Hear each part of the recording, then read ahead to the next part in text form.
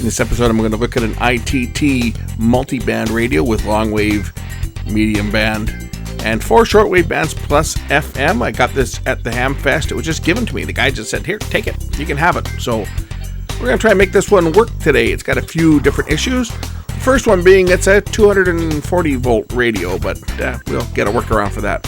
Let's check it out. Today I'm going to look at the ITT-KB. This is they call it the Touring International Radio. This is not a common piece here in this side of the world because this unit, as you can see, is a 240 volt only. And of course it'll run off of batteries and off DC. It's got an antenna jack on the back, on the side here for plugging in like a I forget the type. I think it's a Motorola plug. It's like the car radios use, and it's got antenna and ground on the back here. You can plug in, and I guess that's for an FM aerial, and a telescopic whip built in, and I'm sure it's got a bar antenna in there. And what else has it got? It's got a DIN plug for a turntable and a tape deck, tape recorder and phono. And what else has it got on this thing? Well, we can operate it on batteries. It uses, two 4.5 volt cells. This is going to be interesting. Let's just pop the bottom off this thing. This is the battery compartment. And just see what the heck goes in this thing. Got a line cord in the back here that needs 240 volts. Looks like it uses the D cells, six D cells, 4.5 and 4.5, so 9 volts. So we can power this thing up with a 9. Oh yeah, it says 9 volts right here. 9 volt adapter. I don't see any external plug for power. So we'll have to use a good old power supply. We'll just set it for 9 volts. Just want to see whether this thing actually does anything before I even tear into this thing. I picked this up at the ham radio flea market. It was sitting on a table, and the guy there just said, take it, you can have it. I don't want it, take it away. I'm just going to give myself something to hook up wires here too.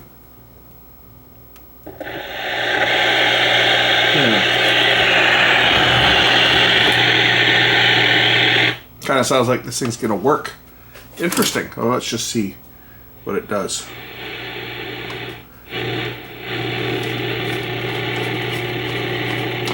The tuning dial is stuck for one.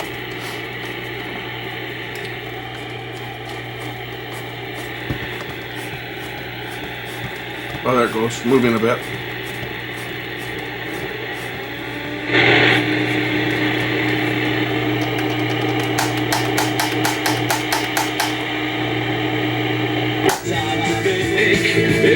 FM works.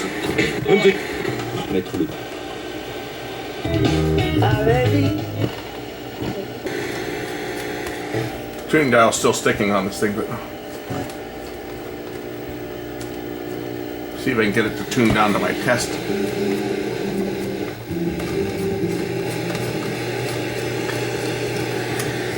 I think that tuning dial is sticking pretty good. We'll have to take it apart and see if I can unstick that.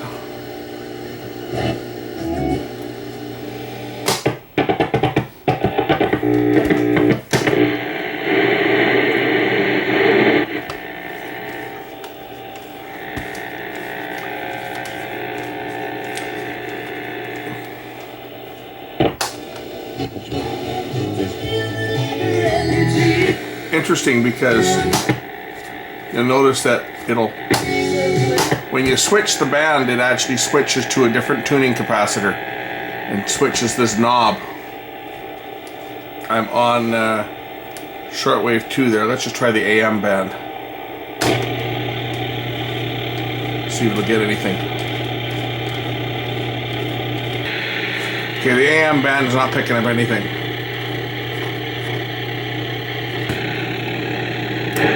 Let's pop this thing apart.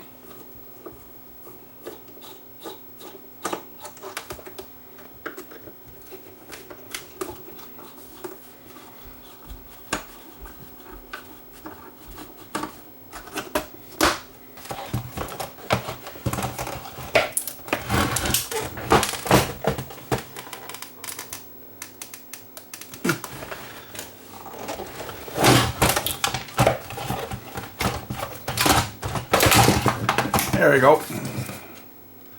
Trying not to break it too much. Nice size speaker. It's got a tweeter in here as well. It's got a woofer and a tweeter, so this thing's going to have some half decent sound when it's working. Here's our tuning clutch assembly. As you can see, when you turn the dial in the AM mode, in the different AM modes, it engages this pulley, and when I switch it to FM, it moves it up to turn the other tuning string, which is, oh, I see what's happened. It's supposed to go around this pulley here. Well, that would explain why it's not moving. So let's just put the string back around the pulley where it belongs. That would explain why it's not moving. There, that's a little better. I see that the tuning dial is missing for the FM. It looks like somebody's tied a piece of string in here. I guess maybe the string broke at one time, and somebody just figured they would fix it by tying a piece of string in there, and figured that would be good enough. It came from a ham. It's something like a ham operator would do. Most of them seem to do things half-assed. No offense, but I've got stuff from ham operators, namely a scope that I'll be having to fix on a future video. That when I went to use the X and Y input to make my oscilloscope clock, I should have checked it before. I took the ham's word that it was fully recapped and fully restored. I shouldn't have taken his word for it. I should have checked it myself, because the input had 80 volts DC on it, and it blew the shit out of my, pardon my French, my little oscilloscope clock board that I made. The one that shows up on my opening logo on my old scope, the little board that I built for that got fried by a scope I bought at a ham flea market. So now I'm trying to get the DA converter chip so that I can fix that board. And hopefully that's all that's blown up on it, and I can fix my oscilloscope clock. Okay, that one seems to be working okay, but there's no pointer because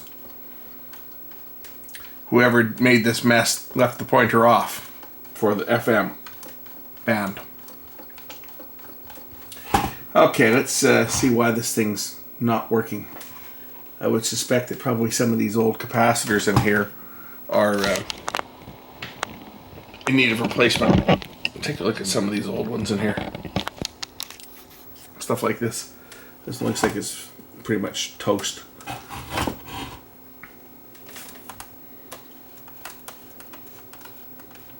At least that part's working okay now. Here it is on FM. Oh, this has got pretty good bass.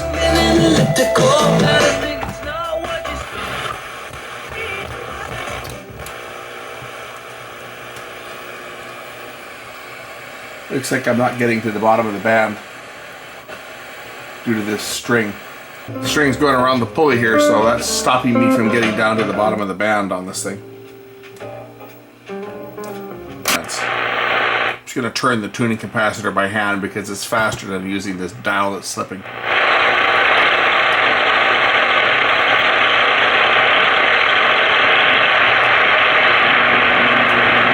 Nothing there. So it looks like the oscillator or something's not working. I'm getting nothing on the long wave or either the two medium wave bands, which are laid out in meters on here, not in frequency. Looks like it tunes 1900 to 1100 meters on long wave, and then medium wave 1 is from 550 down to 300 meters, and then medium wave 2 300 meters down to 200 meters. So that should be the AM broadcast band, I would think, in there. And then the FM band, and on shortwave, it's listed in both frequency and meters. So 1.6 megahertz, which is 120 meters approximately. 2 megahertz, 90 meters, 2.175 meters. And then it'll cover the 49 meter band, which is 5.9 to 6.3, 49 meters. And 41 meter band, 8.5 right through to the 19 meter band, 16 megahertz. The FM's working, but none of the AM stuff is working on here, so I'm gonna have to do a little bit of research and see if I can find any type of schematic for something like this. Because of course I've never seen anything quite like this, being a European portable radio that is as old as the hills. This thing probably goes back to the late 60s. I'm thinking late 60s, or maybe early 70s, but I bet it's late 60s. Transistors on here uses an AD 162 and an AD 161 for the audio. I think those will be the audio output transistors. It's a double-sided board on here, as you can see. Traces on the top and on the bottom. Looks like it to be an early double-sided board.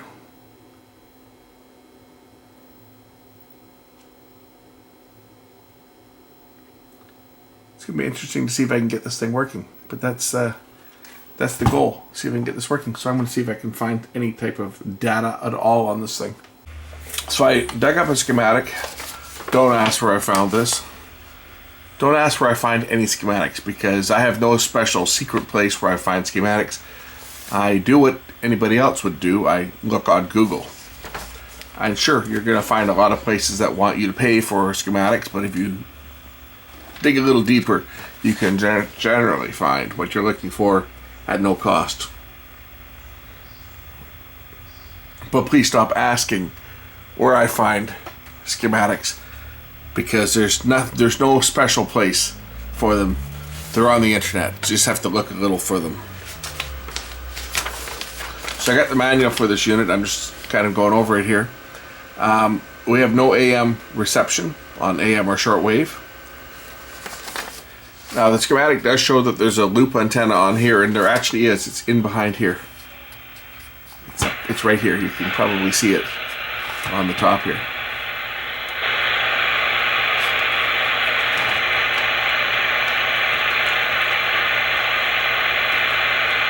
But as you can hear, there's nothing.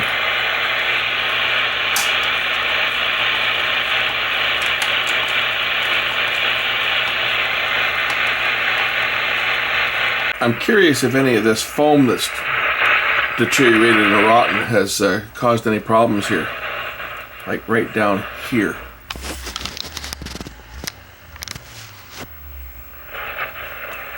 Well, look at this. Look at this, guys. What the hell is this? It looks like there's corrosion on the board here, and it may have eaten the traces. Yummy. Yummy. Let's just scrape this off here. I'm just going to shut power off for a minute. Where's my power switch? I just want to scrape that this mess off right here. I think we have a problem right in here. You guys can see that, I'm sure. Yum.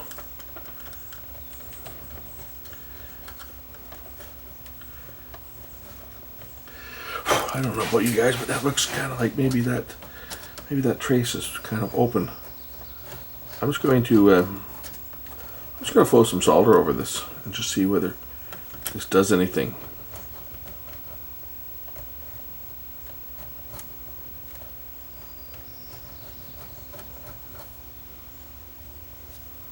Even before I do that, let's see this.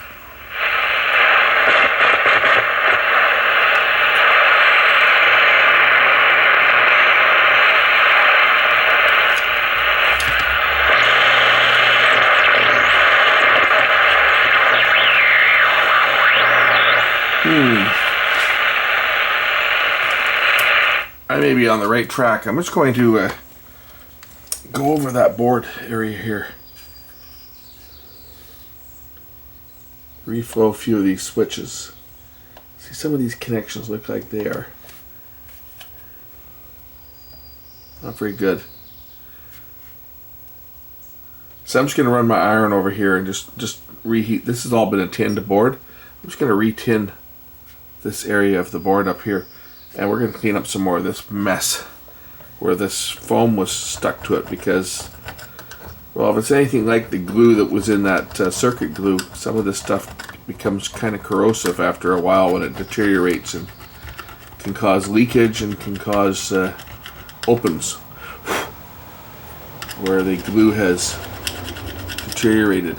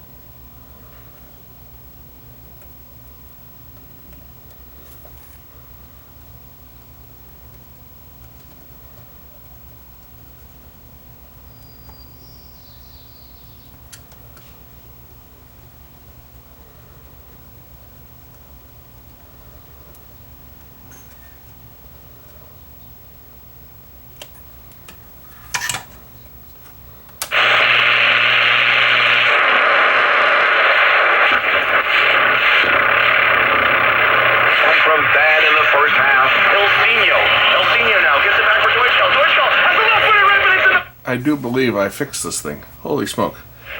So what the problem was some glue and crap that had been on the board here, and this foam had eaten away at the traces right down in here and caused it open, because there we go.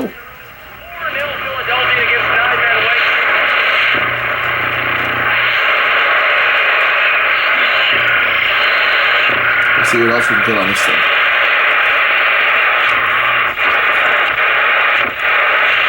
Construction on it.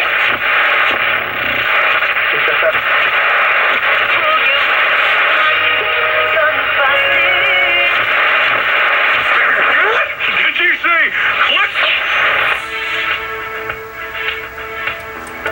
That would be my test transmitter there. Brother Andrew, no greater deception than religious deception. Satan being the father of I think I just got an FM station playing over it is what I've got now. Yep. I go change the receiver to pick up my FM royalty-free stuff. This should be a bit better.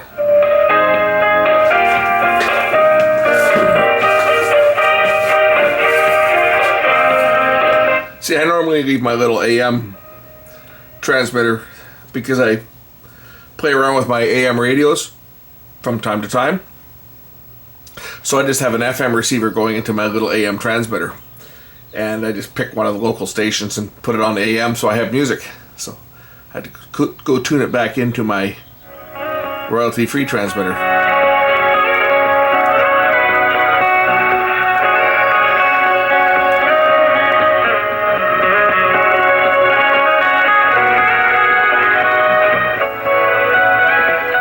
So this thing's fixed. I didn't have to do much to it, did I? Interesting. So I got this radio for free, and this is now going to form part of my collection. The only downside to it is some bonehead, damaged the dial string for FM. They just tied up a knot in a piece of big string, so when I'm tuning, it won't go over the, it won't go to the low end of the band properly.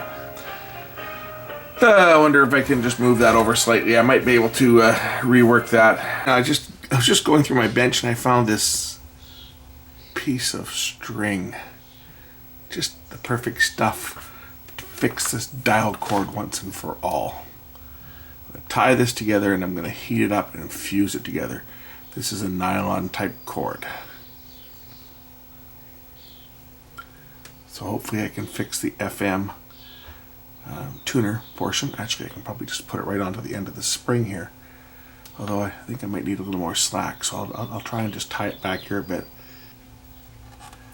Once it's tied in a knot, heat it up to the point where it melts and forms a permanent bond. I'll use the heat gun for that.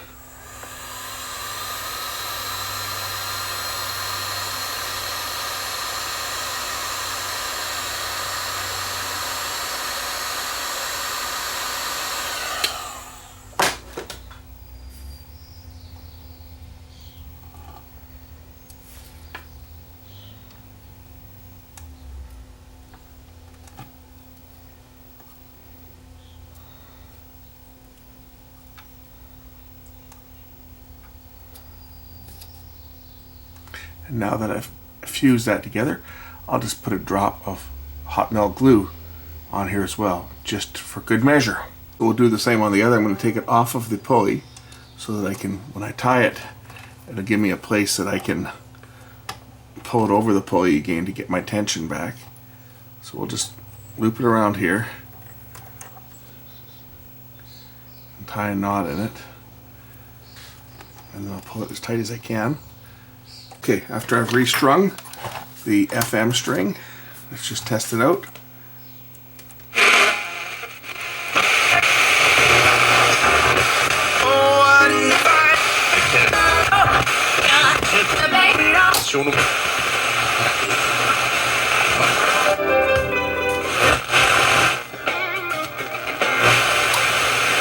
Here we go.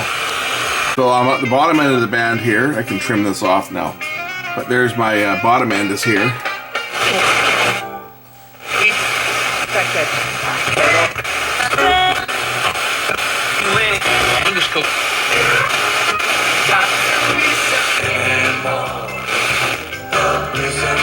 I think that's 106.5. I'll just check.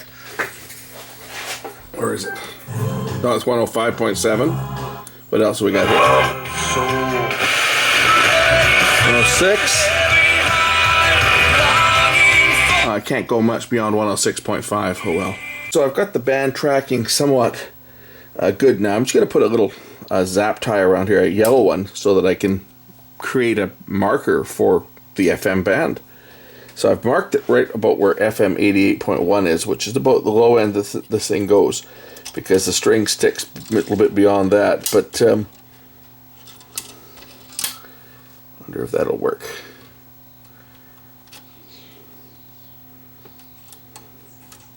Figure out which way I want this thing to point.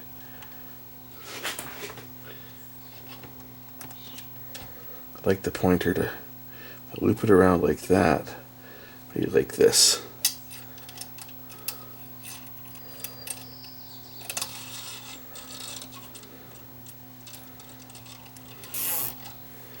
And I'm going to secure it with some hot glue at approximately the right point. So that's about right there. I want it to be. So that's going to be pointing at about 88.1. We're going to put some hot glue on there to secure that, and then I'll cut it off so that it sticks out kind of like this.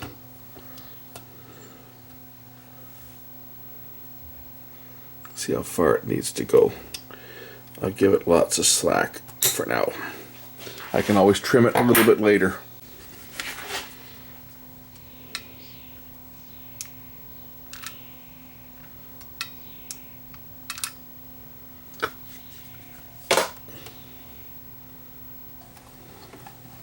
Aha!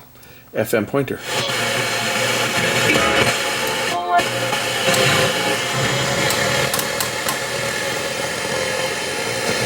It does kind of stick a bit here.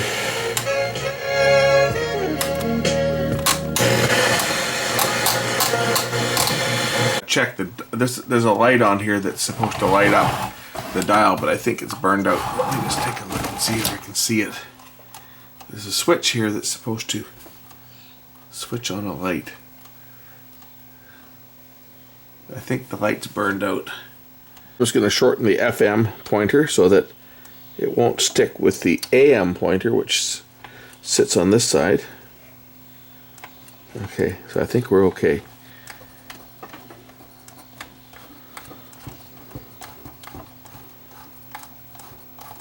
Complete with my FM dial string that's got about 3 splices in it. I've got it so that it's covering the entire band. It's going as high as 107.7, which is the highest station that we've got here. Where are we here? And then all the way down to 88.1.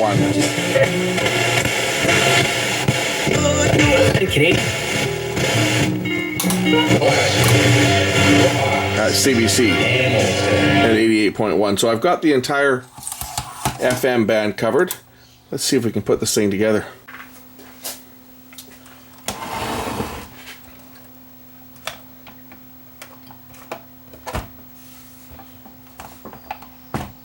See, my pointer's going to show up okay. That goes on like that. And then the back cover. I'm going to remove this this foam stuff that tends to go bad. Caused that problem with the circuit board to begin with. It was this portion right here. This stuff rotted where it was making contact with the board. Caused a problem. So I'm going to remove this foam. It's all coming off anyway. As you can see, it's not sticking. So I'm going to remove this to prevent future problems.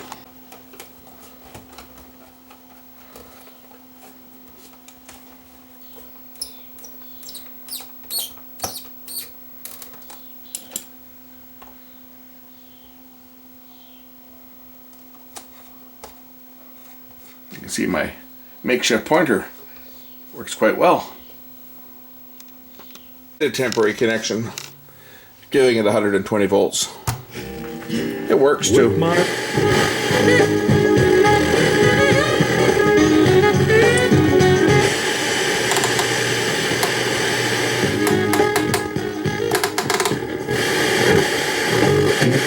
word.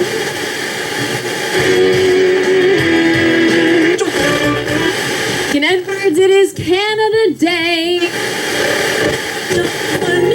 Yeah, gee, I can't tell what day I'm filming this. Where does that highway go? The Jeff O'Neill Show. Did you get enough sleep last night?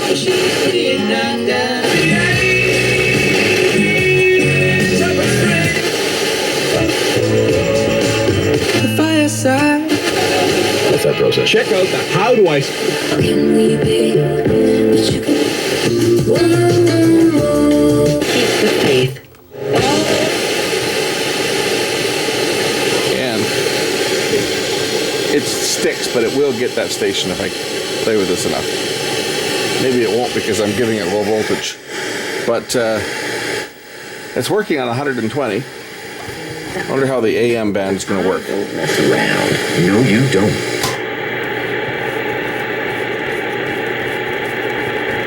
Which one is it? What? Don't tell me it's not going to work again.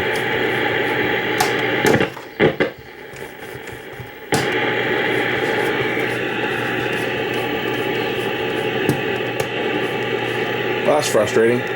Since I know what area the fault is going to be in, I only really have to take the back off of it this time. Because it's going to be in that same area where I bridged over it. I guess I didn't get it all. I got it enough to make it work initially. But it's I'm going to have to fix that board a little better. Because what good is a shortwave radio if the shortwave and AM band doesn't work, right? Oh, I don't even need to take that cover plate off here. Put the screws back in that held that in place, wherever I did with them.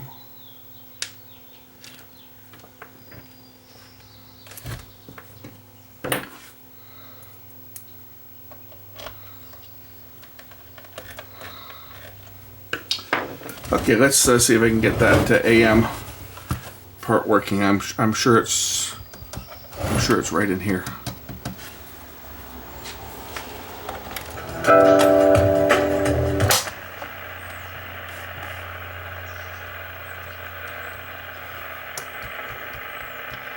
Either that or something broke while I was working on it.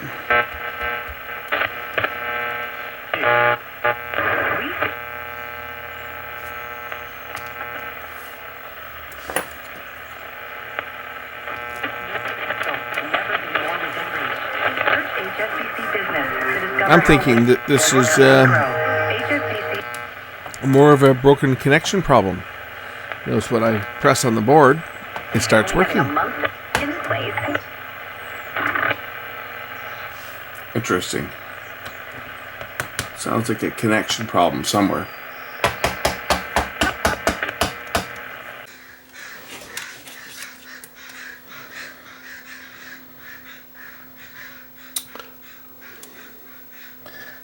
I'm convinced that my AM reception problem is some of these pass-through points. Because when I press on the board, it cuts in and out. And these boards were not the greatest boards to begin with. So I'm just going over a few more of these connections down in here on the top side. So I've done a few of them here. I'm just going to power this thing up again and see whether I get any reception on AM. Oh, there we go. That's what we did. Okay, so I guess it was a little more than certainly the corrosion on the backside was a factor in it, but once I got it back together, the AM didn't work again. And pulling it apart, I was able to press on the board, and it would kick in and out. I did a close inspection on the backside and couldn't find anything that was problematic. So I come through onto the front side of the board. See, a lot of these are connectors that just pass through, and this is not a plated board. So I think maybe we had a connection in here. I did that one, those two there, that one. I did about 5 of them. And it's got my AM working again. So let's try reassembling this thing one last time and see if it'll still work. I want to confirm if it'll work with the AC adapter built in, which that's an affirmative, it does. So I don't have to worry about the voltage being wrong. It's going to run at lower voltage instead of it running at 9 volts. It's probably going to be running around 6 because it's set for 200. So 200 volts would normally give it 9 volts, but we're giving it 120. So it's probably running more like about between 5 and 6 volts. If it was set for the 240, it would be at half the voltage, so we'd be at 4.5. So I'm guessing it's probably running around 6, but it seems to be okay. I'll test it out on shortwave and see how the shortwave band works on low voltage. I mean, it's easy enough to change the transformer. It just goes in the bottom, but might not need to. Anyway, let's put this thing back together and see whether this thing will still work once I get it together again. It worked when it was apart before. It just didn't work once I put the screws back in.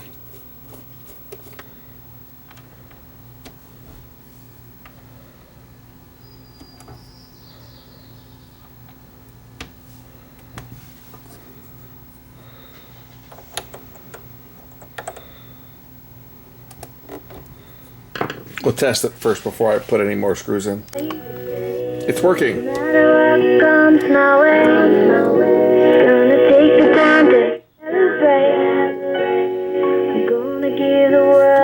Let's put the rest of the screws in this thing and finish it up.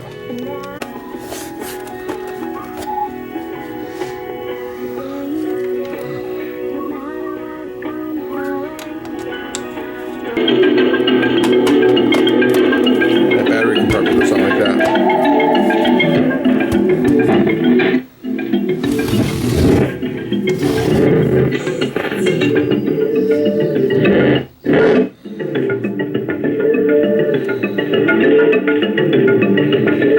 Okay, let's get this handle put back on. It just goes on like this.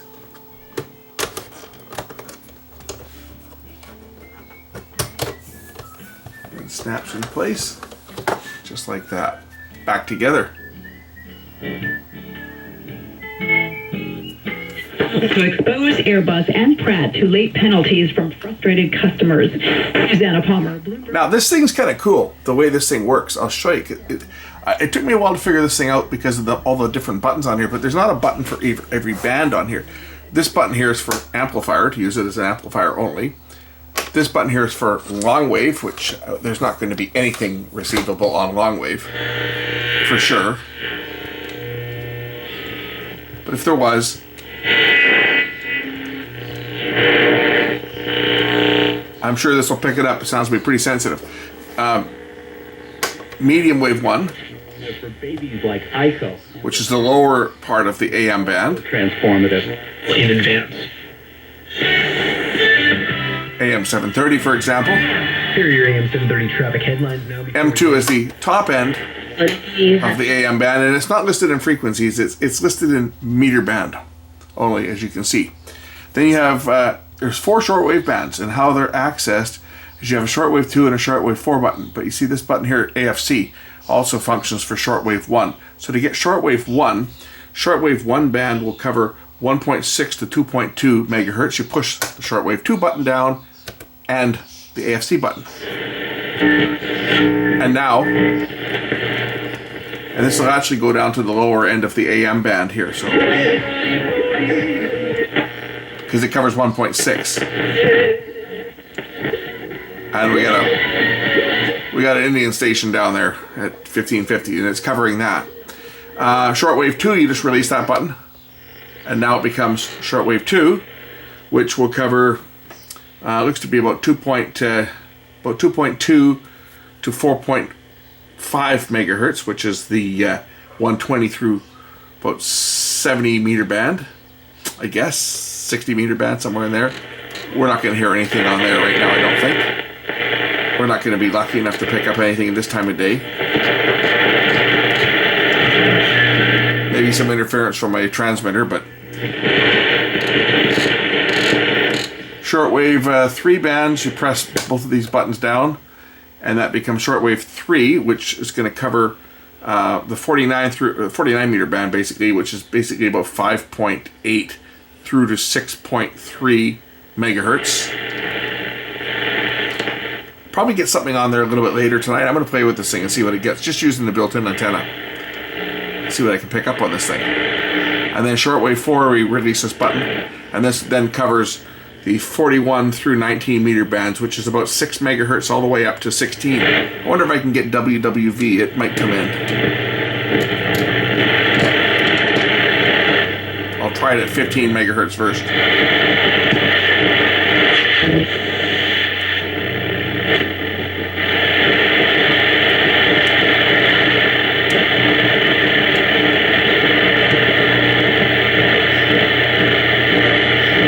Oh, by the way, all that noise you hear, that's ADSL interference as I'm sweeping through the bands, because ADSL goes all the way up to 17 megahertz in this area. And it'll be so nice when they turn all that off and everything goes to fiber optics. Unfortunately, there's going to be a few holdouts like me that are going to stay on DSL, but and that's just because I'm cheap. See, I don't really want to change my my service and go for the newer packages just because I have a smoking deal on what I've got, and if I change anything, I have to agree to the new terms, and well, I don't want to. I don't need 150 meg service, and so I'm probably just going to leave mine the way it is. Let's try around 10 megs and see if I get anything there.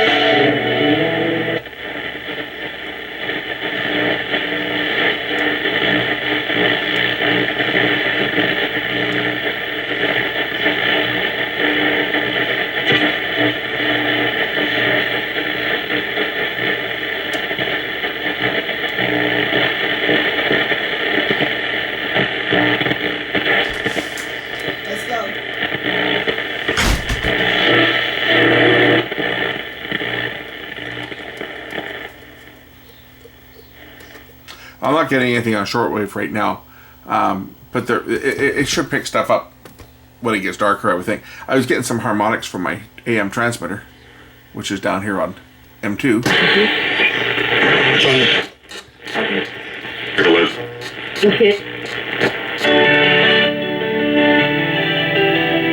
No, that's not it. It's up here.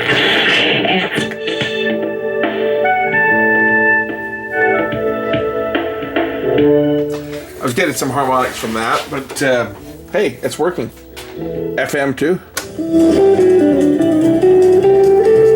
Still, I'm finding it hard to square the disabled. It switches, as you can see. Now I can see my little. With the effervescent. Might be able to get my transmitter here. There's my test transmitter, 87.5. Right at the very edge of the band. It's as low as it'll go.